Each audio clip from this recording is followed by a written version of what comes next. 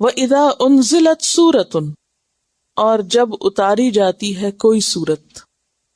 سورت کا لفظ سین واو رے سے ہے. سور کہتے ہیں دیوار کو، جدار. اور دیوار کا کیا کام ہوتا ہے؟ جدا کرتی ہے، الگ الگ کرتی ہے. کس کو؟ ایک گھر کو دوسرے گھر سے. یعنی دو گھروں کے بیچ میں حد فاصل کیا ہوتی ہے؟ دیوار. تو اسی طرح قرآن پاک کے ایک حصے کو دوسرے سے جو الگ کرتی ہے وہ سورت ہوتی ہے. یہ علوم القرآن کی کتاب ہے، قرآن کریم اور اس کے چند مباحث. اس میں پیج نمبر 74 ہے. قرآن پاک کی اکائی آیت ہے، جس کا مطلب ہے نشانی. آیتوں سے مل کر صورتیں بنتی ہیں. سورت کا معنی ہے فصیل یعنی دیوار، اور ہر سورت دوسری سورت کے لیے کیا ہے؟ ایک دیوار جو اس کو دوسری سے الگ کر دیتی. لیکن یہ جو سپاروں کی تقسیم ہے یہ بعد کی ہے. سورتوں کی تقسیم جو ہے یہ توقیفی ہے. توقیفی کا کیا مطلب؟ یعنی وحی کے ذریعے آئی ہے، یعنی انسان نے خود نہیں کی. لیکن سپاروں کی تقسیم جو ہے اس کے کرنے والے کا نام صحیح طور پہ معلوم نہیں، لیکن یہ بعد کی پیداوار ہے. اور اس میں بعض اوقات بالکل خیال نہیں رکھا گیا کہ کوئی آیت کہاں ختم ہو رہی ہے، مضمون بھی ختم ہوا یا نہیں ہوا. بالکل ادھوری بات پہ بعض اوقات سپارہ ختم ہو جاتا ہے.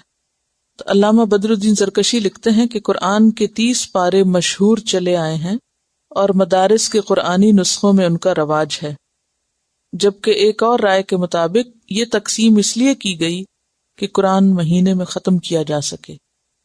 اس رائے کی بنیاد ایک حدیث پر ہے کہ نبی صلی اللہ علیہ وسلم نے حضرت عبداللہ بن عمر سے فرمایا کہ قرآن ایک مہینے میں ختم کیا کرو، اور جب انہوں نے عرض کیا کہ میں تو اس سے زیادہ کی طاقت رکھتا ہوں تو فرمایا کہ اچھا تو پھر ایک ہفتے میں ختم کر لیا کرو.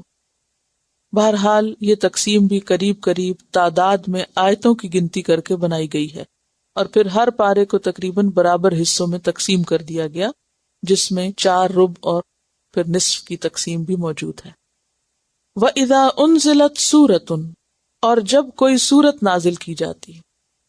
تو سورت سے مراد مکمل سورت بھی ہو سکتی ہے، اور سورت سے مراد سورت کا بعض حصہ بھی ہو سکتا ہے، یعنی کوئی آیت، کوئی حکم مراد ہے.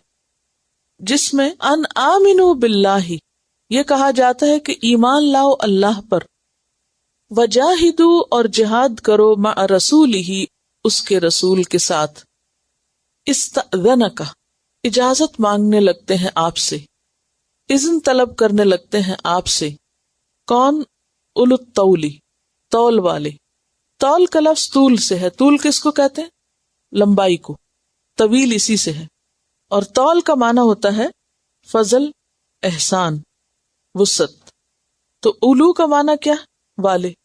اولو الطول وسعت والے، یعنی مال میں وسعت رکھنے والے، مالدار لوگ، صاحب حیثیت لوگ جو آسانی سے اپنی گزر بسر کر سکیں. تو مالدار لوگ تم سے اجازت مانگنے لگتے ہیں، منہم ان میں سے، یعنی منافقین میں سے. وقالو اور وہ کہنے لگتے ہیں، ذرنا چھوڑے ہمیں، نکن ہم ہو جائیں، مع القاعدین بیٹھنے والوں کے ساتھ. قاعدین کس کی جمع ہے؟ قاعد کی. اچھا ایک ہوتا ہے قائد حمزہ کے ساتھ، اس کا کیا معنی ہوتا ہے؟ قائد، امام، لیڈر، قیادت سے ہے وہ، یہ کے ساتھ. لیکن یہ کیا ہے؟ قاعد، بیٹھنے والا. دونوں میں فرق ہے. تو یہاں پر یہ کہا جا رہا ہے کہ جب قرآن پاک میں کوئی ایسا حکم آتا ہے جس کی روح سے لوگوں پر جہاد کرنا لازم ہوتا ہے، تو ان میں سے جو مالدار لوگ ہیں وہ نظر چرانے لگتے ہیں، وہ نہیں شریک ہوتے. وہ کہتے ہیں ہم بیٹھنے والوں کے ساتھ ہی رہیں گے، ہمیں بیٹھنے دیں، ہمیں پیچھے ہی رہنے دیں. سورۃ محمد آیت 20 میں بھی یہ مضمون آتا ہے، وَيَقُولُ الَّذِينَ آمَنُوا لَوْلَا أُنزِلَتْ سُورَةٌ، ایمان والے کہتے ہیں کوئی سورت کیوں نہیں اتری، یعنی کوئی ایسا حکم کیوں نہیں آیا. فَإِذَا أُنزِلَتْ سُورَةٌ مُحْكَمَةٌ، جب کوئی محکم سورت نازل کی جاتی. محکم کون سی ہوتی؟ جس کا حکم واضح ہو.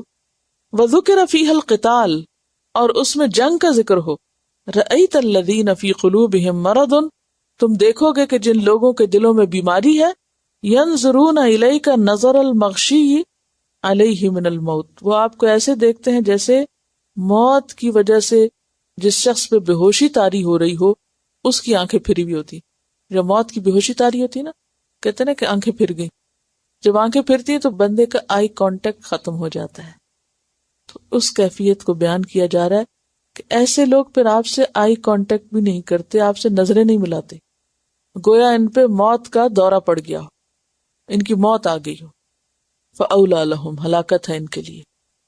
یعنی ان کی کیفیت کا پورا نقشہ کھینچا جا رہا ہے کہ جب کوئی ایسا حکم نازل ہوتا ہے قرآن میں جس میں کچھ کرنے کو کہا جاتا ہے تو ان پہ تو ایسا لگتا ہے موت پڑ گئی ہے، یہ آپ سے نظریں بھی نہیں ملاتے. اور خاص طور پر کون لوگ؟ جو صاحب حیثیت ہے. کیوں؟ مال کی کثرت کی وجہ سے عموماً لوگوں کے اندر سہل پسندی آ جاتی ہے، دنیا کی محبت بڑھ جاتی ہے، عیش و عشرت آ جاتی ہے. اب اس عیش و عشرت سے، سہولتوں سے، آسانیوں سے انسان کو باہر نکلنا مشکل ہوتا ہے. قربانی نہیں انسان کر سکتا کہ ہم اپنا آرام کیسے قربان کریں، ہم کیوں اپنے آپ کو مشقت میں ڈالیں. اب آپ دیکھیں کہ غزوہ تبوک پہ جاتے ہوئے اگر اونٹوں کی اوج کا پانی پینا پڑا تو جو شخص اعلیٰ ڈرنکس پیتا ہو اور بہترین قسم کی غذائیں کھاتا ہو اس کے لیے تو پھر موت ہے، اس کو تو بہت مشکل ہے. تو بہت سے لوگ آج بھی آپ دیکھیں کہ دین کے لیے قربانی کیوں نہیں کرتے، اور خاص طور پر جہاں جانی قربانی کی ضرورت ہو، اپنی جان بچانے کو، کہ ہم مشکل میں نہیں ڈال سکتے خود کو. جہاں تک آسانی ہے اتنا تو ہم کر لیں گے، اور جب قربانی کی بات ہو تو وہ نہیں ہم کر سکتے. ہماری یہ لمٹس ہے، اس سے آگے نہیں ہو سکتا. اور اس میں ہم کیا کہتے ہیں، اتنا ایکسٹریمسٹ نہیں ہونا چاہیے. اس کو ہم نے ایکسٹریمزم کا نام دے دیا، قربانی کرنے کو. لیکن سچے اہل ایمان اللہ کا کوئی بھی حکم سن کر بیٹھے نہیں رہ جاتے اور نہ بیٹھنے کی سوچتے ہیں. وہ اپنی جان پہ لے کے حاضر ہو جاتے ہیں، جو بھی کہا جائے کر گزرتے ہیں.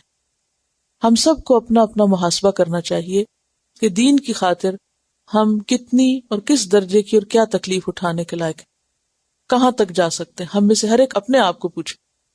وقت پہ کھانا نہ ملے، نیند پوری نہ ہو، یا یہ کہ اور کوئی تکلیف ہو تو ہمارے مزاج کتنے بگڑتے ہیں.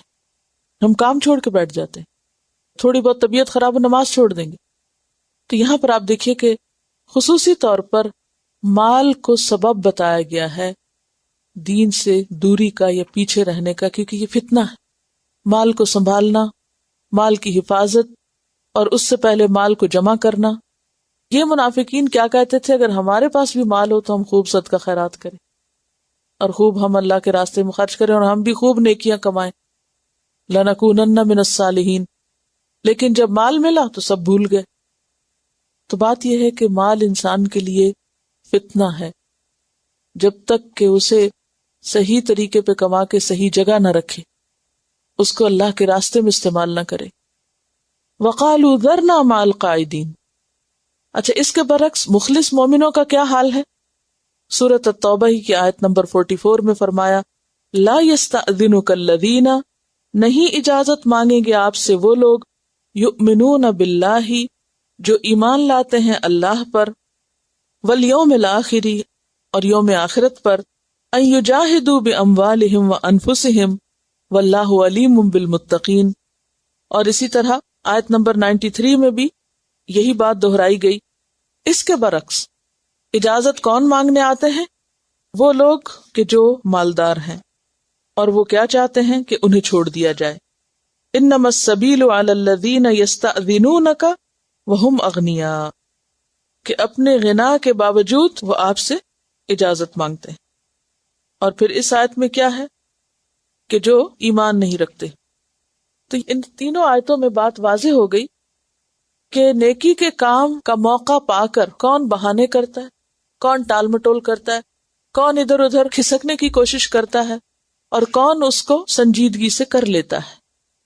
کیونکہ جو کرنا چاہتا ہے نا وہ مال کے بغیر بھی کر لیتا ہے، وہ مال ہوتا ہے تو بھی کر لیتا ہے، وہ ہر حال میں کچھ کرنے کو تیار ہو جاتا ہے. لیکن جس کو نہیں کرنا، اس کے پاس مال ہے وہ تب بھی نہیں کرے گا، نہیں ہے تب بھی نہیں کرے گا.